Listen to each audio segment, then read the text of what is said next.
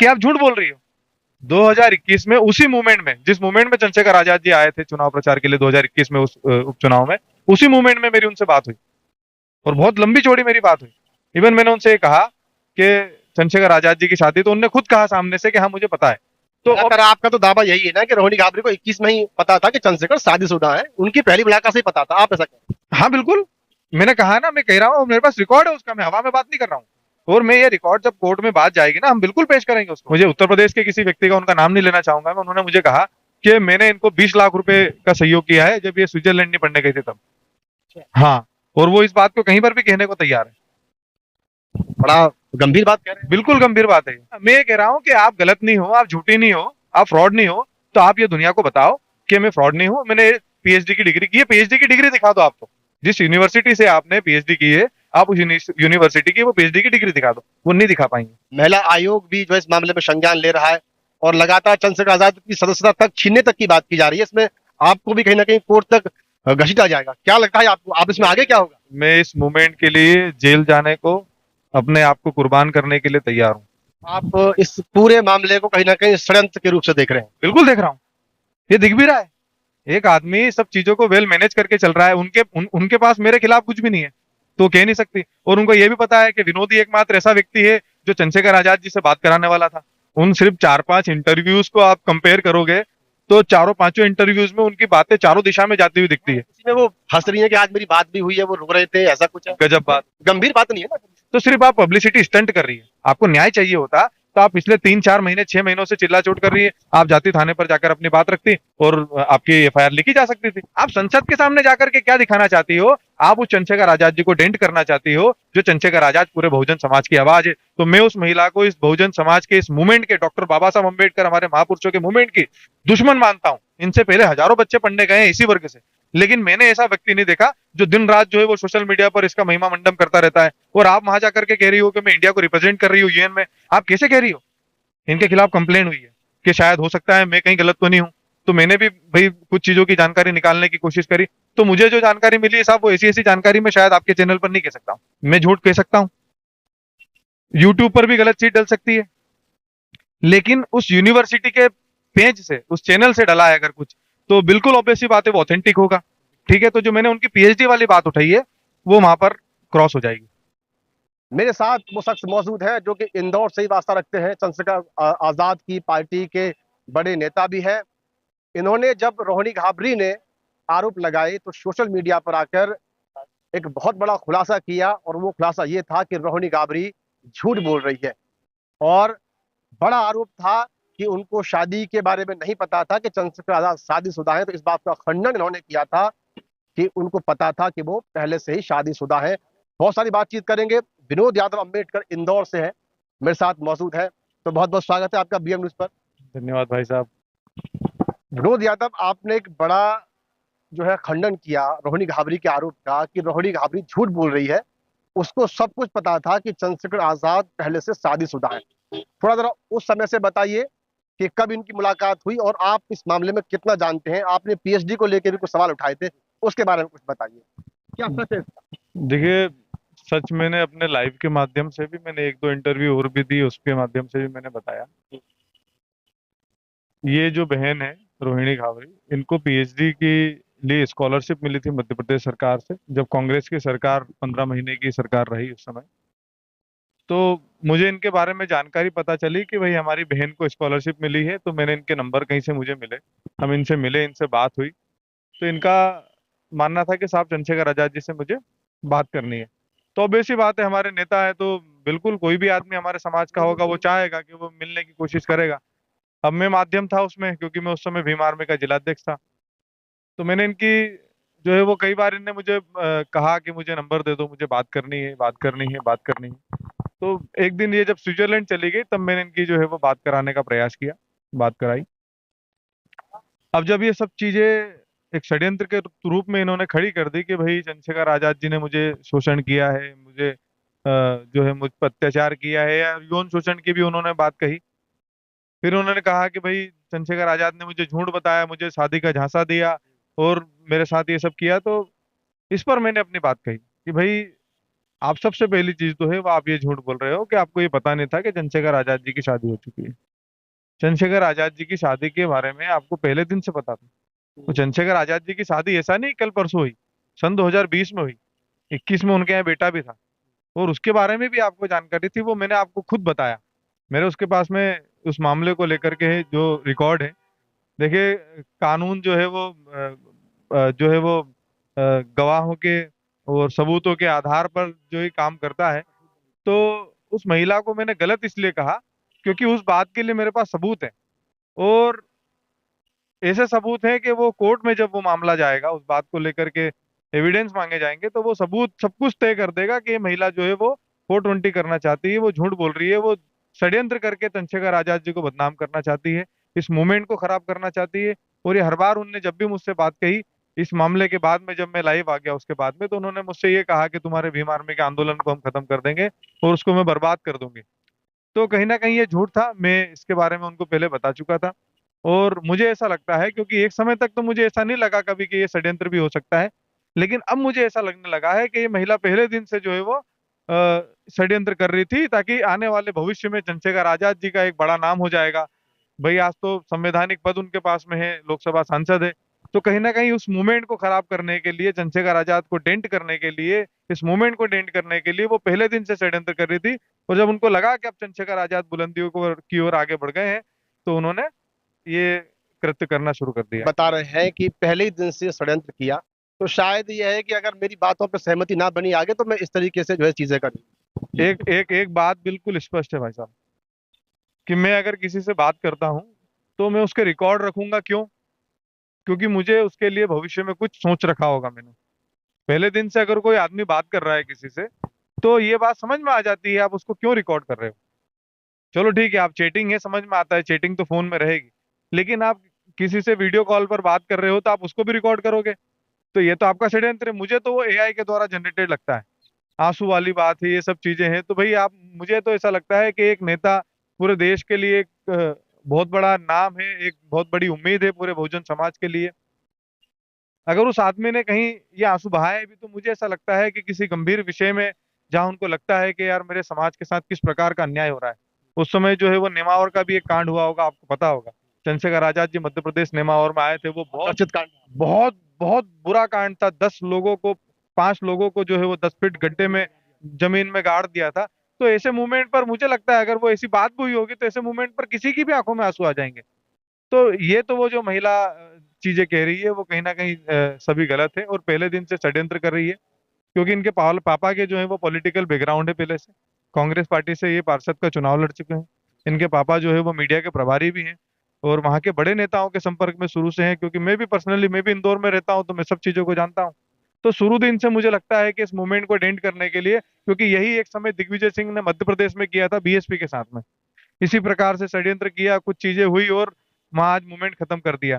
तो दिग्विजय सिंह से सीधा इनका संपर्क है, और उसी माध्यम से इन्होंने स्कॉलरशिप भी ली।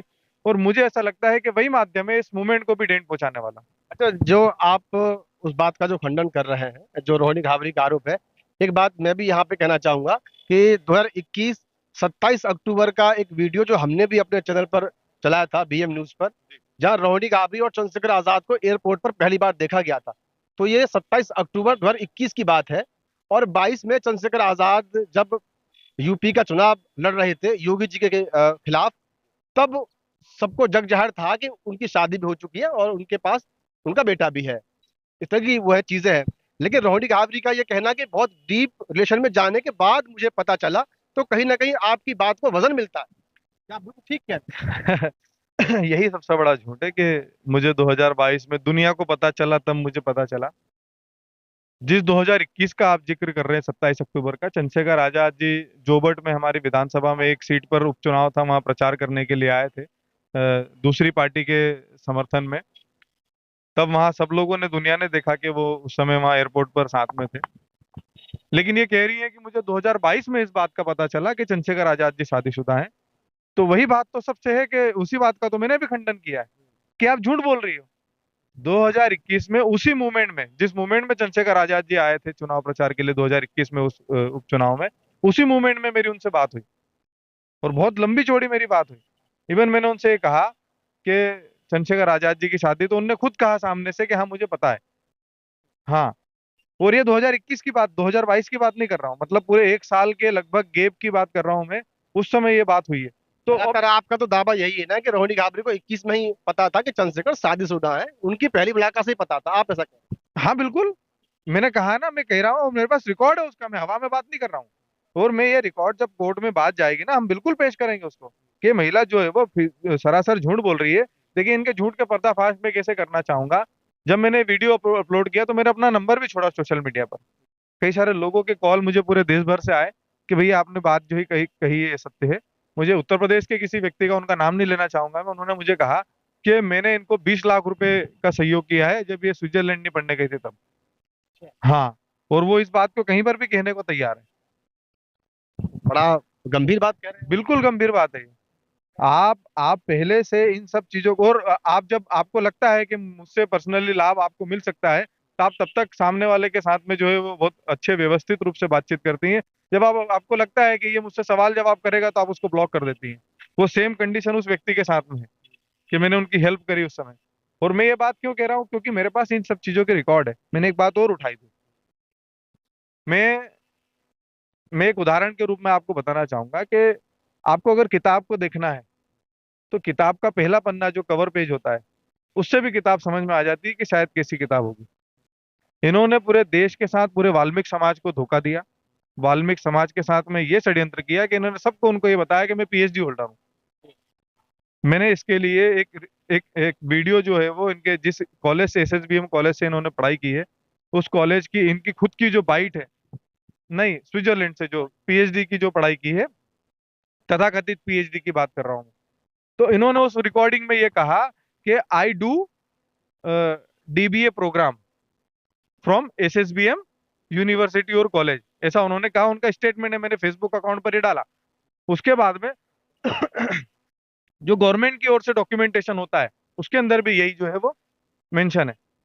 मैंने इनसे पूछा सोशल मीडिया पर कि बहन आप पीएचडी होल्डर हो, तो आप जैसे हर चीज के आप दिन भर में 50 पोस्ट करके अपडेट करती हो कि मैं आज यहाँ हूँ, मैं आज ये कर रही हूँ, मैं वो कर रही हूँ। आपने पीएचडी कर ली तो आपने उसके लिए भी डाला कि आज मैं पीएचडी होल्डर हो गई हूँ, मैंने डॉक्टरेट की उपाधि प्राप्त। तो भाई आप वो डॉक्टरेट की डिग्री जो आपने ली है, वो दुनिया को क्यों नहीं दिखा सकते? क्या बुराई है?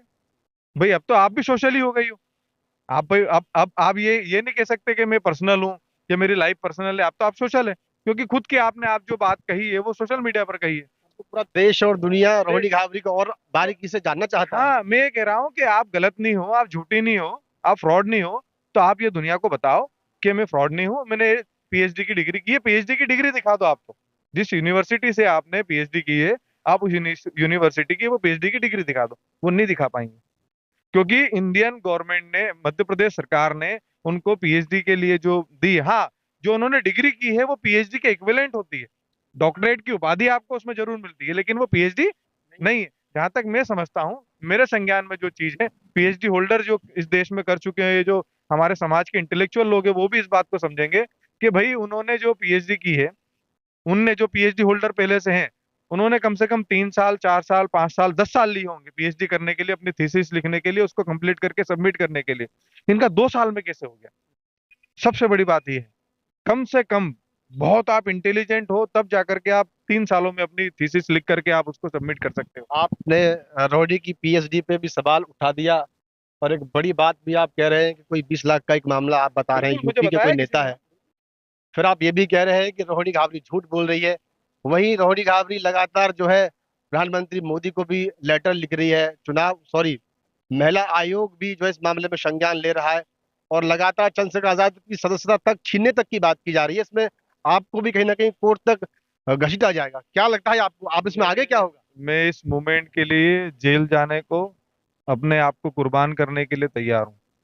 अगर इस मूवमेंट को कोई नुकसान पहुंचाने का काम करेगा, तो मैं उस व्यक्ति के खिलाफ जेल जाने को, मरने तक को तैयार हूं कि वो इस मूवमेंट को डेंट ना पहुंचा सके। मैं ये बात इसलिए कह रहा हूं कि जिस प्रकार से उन्होंने मुझे व्हाट्सएप पर भी बहुत सारी बातें कही, मुझे गालियां भी दी, मेरी बहन के लिए गंदे शब्द निकाले। एक पढ़ी लिखी महिला अगर इस प्रकार की बात, हाँ, इस प्रकार की अगर कोई पढ़ी लिखी महिला अपनी खुद की बिरादरी की, मतलब वो बहनों के बारे में बात करे, तो सोचो उस महिला की कितनी संकीर्ण और कितनी छोटी मानसिकता होगी। तो मैं इस मूवमेंट को नुकसान किसी कीमत पर नहीं पहुंचाना चाहूंगा। और मैं कभी नहीं चाहूंगा कि इस मूवमेंट में जरा सा भी कोई कतरा सा भी जो है वो नुकसान करने का कोशिश करे। और वो तो हम सबके मसीहा, इस देश की एकमात्र आवाज आज वर्तमान में जो हमारे लिए लड़ाई लड़ रहे हैं, वो उनको नुकसान पहुंचाने की बात कर रही है। तो मैं तो लड़ने को तैयार हूँ और आखिरी दम तक लड़ेंगे उस चीज के लिए। बात यहाँ है कि आप अपने आप को ये बात कह रही हैं कि मैं बिल्कुल साफ सुथरी हूं, मैंने कुछ गलत नहीं किया है, चंद्रशेखर आजाद पूरे गलत हैं। तो आप साबित करो, मैंने जो सवाल पूछे उनका जवाब दो, बात खत्म हो जाएगी 1 मिनट में। सब चीजें, आप हम आपकी हिस्ट्री पर या आपके पास्ट में आपकी लाइफ कैसी थी हम उस पर नहीं जाना चाहते, लेकिन हम आज वर्तमान की बात कर रहे हैं कि आपने जो कहा उन बातों का खंडन करो। अगर मैं कह रहा हूँ गलत तो आप उनका खंडन कर दो, खत्म हो जाएगी बात। ये चीजें हैं। आप इस पूरे मामले को कहीं ना कहीं षड्यंत्र के रूप से देख रहे हैं। बिल्कुल देख रहा हूँ, ये दिख भी रहा है। एक आदमी सब चीजों को वेल मैनेज करके चल रहा है, उनके पास मेरे खिलाफ कुछ भी नहीं है तो कह नहीं सकती। और उनको ये भी पता है कि विनोद ही एकमात्र ऐसा व्यक्ति है जो चंद्रशेखर आजाद जी से बात कराने वाला था। भाई आप मेरे इतने पीछे। कुछ मानहानि का एक मैंने अभी पढ़ा सोशल मीडिया पर कि मानहानि का जो है वो दावा ठोक दिया गया है, और उन्होंने ये कहा है कि तूने मानहानि का तो दावा ठोक दिया और वहां भेज करके कुछ गुंडे मेरी हत्या भी करवा दे। कुछ इस तरह की चीजें लिखती है वो सोशल मीडिया पर कि कभी कभी ऐसा लगता है कि रोहिणी घाबरी जो कुछ लिखती हैं सोशल मीडिया पर उनका कोई एक स्टैंड नहीं दिखता है कि वो कहाँ पे खड़ी हैं अभी। उनके हर रोज एक नया बयान चेंज होता है। उनके मैंने 4-5 इंटरव्यू सुने। उन सिर्फ 4-5 इंटरव्यूज को आप कंपेयर करोगे तो चारों पांचों इंटरव्यूज में उनकी बातें चारों दिशा में जाती हुई दिखती है। इसी में वो हंस रही है कि आज मेरी बात भी हुई है, वो रो रहे थे, ऐसा कुछ है। गजब बात। गंभीर बात नहीं है ना। गंभीर नहीं है साहब। देखिए, एक एक या तो सस्ती लोकप्रियता की बात है या फिर राजनीतिक षड्यंत्र के तहत ये सब चीजें आ जाती हैं। और पहले दिन से, जब जिस दिन से उनकी ये मंशा थी कि चंद्रशेखर आजाद जी से मेरी बात हो जाए, मुलाकात हो जाए, तो उस दिन से ये षड्यंत्र था कि चंद्रशेखर आजाद से जैसे ही मिलेंगे तो मैं वो जुटाना शुरू कर दूंगी, या बात होगी तो मैं वो करना शुरू कर दूंगी ताकि उनको मैं कल को डेंट पहुंचा सकूं। देखिए साहब, आज वो कह रही है कि मैं वेल एजुकेटेड हूँ, मैं पढ़ी लिखी हूँ, मैंने पीएचडी की है, मैं विदेश में पढ़ रही हूँ। जब उस लेवल पर कोई महिला चली जाती है, अब वो कहे कि मैं शोषण, तो साहब वो अबला नारी नहीं है। वो पढ़ी लिखी है, वो समझती है अच्छा बुरा जीवन में उनके भी। वो ये भी समझती है कि कौन मेरा उपयोग कर रहा है। आप ये कह रहे हो मेरा 3-4 साल से मेरा शोषण हो रहा है, आप आज आपको तकलीफ हो रही है कि मेरा शोषण हो गया। ठीक है, आपको न्याय भी लेना है तो आप जाओ ना, कोर्ट जाना था आपको। आप वहां गए, महिला आयोग के पास गए। महिला आयोग को क्या अधिकार है एफआईआर लिखने का? है क्या कोई अधिकार? महिला आयोग सिर्फ आपको जो है वो एक आदेश कर सकती है, आगे फॉरवर्ड कर सकती है कि भाई इस मामले में थाना जो है वो, संबंधित थाना, वो कार्रवाई करे। भाई आपने थाने पर किसी सिंगल जगह आपने कोई आवेदन नहीं किया। आप सुप्रीम कोर्ट को, वो पुलिस कमिश्नर को, तो भाई मुझे तो नहीं लगता कि हमारे देश में ऐसा कोई व्यवस्था है कि आप मेल पर अपनी कंप्लेंट लिख दो, भेज दोगे और उसकी जो है वो एफआईआर लिख दी जाएगी। आपको साक्षी जाकर के या आपका कोई करीबी वहां जाकर के, आपका जो है वो अधिवक्ता जाकर के वहां आपकी कंप्लेंट लिखा दे, वो प्रावधान मुझे मुझे पता है। लेकिन आप मेल कर दो तो एफआईआर हो जाए, ये तो कहीं कहाँ समझ में नहीं आता है। तो सिर्फ आप पब्लिसिटी स्टंट कर रही है। आपको न्याय चाहिए होता तो आप पिछले 3-4 महीने, 6 महीनों से चिल्ला चोट कर रही है, आप जाती थाने पर जाकर अपनी बात रखती और आपकी एफआईआर लिखी जा सकती थी। लेकिन आप अभी तक भी वो करने को तैयार नहीं। अब आप क्या कह रही है कि मेरी मेरी कार्रवाई नहीं हुई तो मैं संसद भवन के बाहर जाकर के बैठूंगी। भाई संसद भवन के बाहर जाने से अच्छा है कि आप आपके क्षेत्र के संबंधित थाना के सामने जाकर के बैठो। अगर एफआईआर नहीं हो रही तो कंप्लेन होगी आपकी। आप संसद के सामने जाकर के क्या दिखाना चाहती हो? आप उस चंद्रशेखर आजाद जी को डेंट करना चाहती हो, जो चंद्रशेखर आजाद पूरे बहुजन समाज की आवाज है। तो मैं उस महिला को, इस बहुजन समाज के, इस मूवमेंट के, डॉक्टर बाबा साहब अम्बेडकर हमारे महापुरुषों के मूवमेंट की दुश्मन मानता हूं कि वो महिला ये इस देश में एक एक ऐसा प्रकार का माहौल चंद्रशेखर आजाद के खिलाफ करना चाहती है, चंद्रशेखर आजाद के चरित्र को हनन करना चाहती है। और वो महिला पूर्ण रूप से मुझे समझता है कि राजनीतिक षड्यंत्र के तहत राजनीति, वो कहती कि नहीं मेरे तो किसी से बीजेपी में रिलेशन नहीं है। तो आप चिराग पासवान से कैसे मिल ली? आप जो है वो शिंदे जी से कैसे मिल ली, महाराष्ट्र के मुख्यमंत्री जो हैं? आप तिवारी जी से कैसे मिल ली, मनोज तिवारी जी से? आप बीजेपी के मध्य प्रदेश के भी कितने नेताओं से मिली, कांग्रेस के भी कितने जब आप पॉलिटिकली रूप से एक्टिव नहीं है तो आप इतने सारे, मुझे भी अगर महाराष्ट्र के सीएम से मिलना हो, मैं पॉलिटिकल आदमी हूँ, मुझे भी मिलना होगा तो मुझे भी बहुत परेशानियां उठाना पड़ेगी, तब जाकर के मेरी 1 मिनट की शायद मुलाकात हो जाए। आप बढ़िया से मिल रही है। सवाल यह है कि इतनी आसानी से कैसे मिल लेते हैं और बड़े अच्छे से और मैं ये समझता हूँ साहब कि इस ऐसा नहीं मध्य प्रदेश से कोई पहली बच्ची है दलित समाज की, या पूरे मध्य प्रदेश से कोई बेटी है जो विदेश में पढ़ने गई है। इनसे पहले हजारों बच्चे पढ़ने गए हैं इसी वर्ग से। लेकिन मैंने ऐसा व्यक्ति नहीं देखा जो दिन रात जो है वो सोशल मीडिया पर इसका महिमा मंडन करता रहता है। और आप वहां जाकर के कह रही हो कि मैं इंडिया को रिप्रेजेंट कर रही हूँ यूएन में। आप कैसे कह रही हो? इनके खिलाफ कंप्लेन हुई है, इनके खिलाफ इस मामले पर कंप्लेन हुई है, उसका भी जो है वो आने वाले भविष्य में चीजों को निकल करके आएंगी। तो मुझे ऐसा लगता है कि षड्यंत्र कर रही है महिला। और जिस प्रकार से इनके अब जबकि ये मामला उठा तो भाई मैंने भी कुछ कोशिश करी कि शायद हो सकता है मैं कहीं गलत तो नहीं हूँ। तो मैंने भी भाई कुछ चीजों की जानकारी निकालने की कोशिश करी। तो मुझे जो जानकारी मिली है साहब, वो ऐसी ऐसी जानकारी मैं शायद आपके चैनल पर नहीं कह सकता हूँ। तो उस पर चर्चा भी नहीं करना चाहिए। खैर, किसी के चरित्र पर या किसी के परिवार के इश्यूज पर हमको बात नहीं करना चाहिए। हम हमें करना भी नहीं, मुझे भी नहीं करना है। तो मैं समझता हूँ कि आप जब मुझे पता चला कि किस प्रकार का पीछे आपका बैकग्राउंड रहा है, तो मैं समझ गया हूँ कि आप जो चीजें आप कर रही हैं वो राजनीतिक षड्यंत्र और सस्ती पॉपुलैरिटी के लिए आप ये कर रही हैं। मैं इस देश के जितने भी आपके व्यूअर हैं उनसे मैं कहना चाहता हूँ कि आप जाओ, सोशल मीडिया पर आप लिखो, और यूट्यूब पर जाओ, एसएसबीएम कॉलेज को आप सर्च करो। उनकी एक यूट्यूब चैनल है एसएसबीएम, उनकी यूनिवर्सिटी कॉलेज है। आप उसको सर्च करो, उसमें आप जाकर के रोहिणी गाहुरी का जो स्टेटमेंट है आप उसको जाकर के देखो। मैं झूठ कह सकता हूँ, यूट्यूब पर भी गलत चीज डल सकती है, लेकिन उस यूनिवर्सिटी के पेज से, उस चैनल से डला है अगर कुछ, तो बिल्कुल ऑब्वियस सी बात है वो ऑथेंटिक होगा। ठीक है, तो जो मैंने उनकी पीएचडी वाली बात उठाई है वो वहां पर क्रॉस हो जाएगी।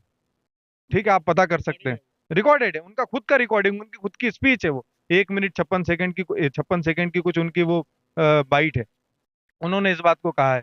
फिर जो दूसरी चीजें हैं मेरे पास रिकॉर्ड है, मैं बिल्कुल कोर्ट में वो जाएंगे तो मैं बिल्कुल दूंगा वो चीजें, तो वो बात स्पष्ट हो जाएगी। तो उस पर जरूर जाए, आपके जितने भी व्यूअर हैं एसएसबीएम के नाम से वो चैनल होगा, उस पर जाकर के वो वीडियो मिल जाएगी। चलिए, बहुत बहुत शुक्रिया विनोद यादव अम्बेडकर हमसे जो है बातचीत करने के लिए इस मामले पर। तो रोहिणी घाबरी के जो इल्जामात हैं उनमें कितना दम है, आगे जाकर क्या होगा, ये मामला अब लगभग कोर्ट में जाना तय है। चंद्रशेखर आजाद भी ये बात कह चुके हैं कि इसका जवाब वो कोर्ट में देंगे। तो अब ये आगे होगा, लेकिन विनोद यादव अम्बेडकर लगातार उसी दिन से इस बात का खंडन कर रहे हैं कि रोहिणी घाबरी झूठ बोल रही है कहीं ना कहीं। और जो सारी बातचीत थी इन्होंने हमारे साथ में शेयर की है। इनकी बातों से आप कितना ताल्लुक रखते हैं, कमेंट्स में ये बात जरूर बताएं।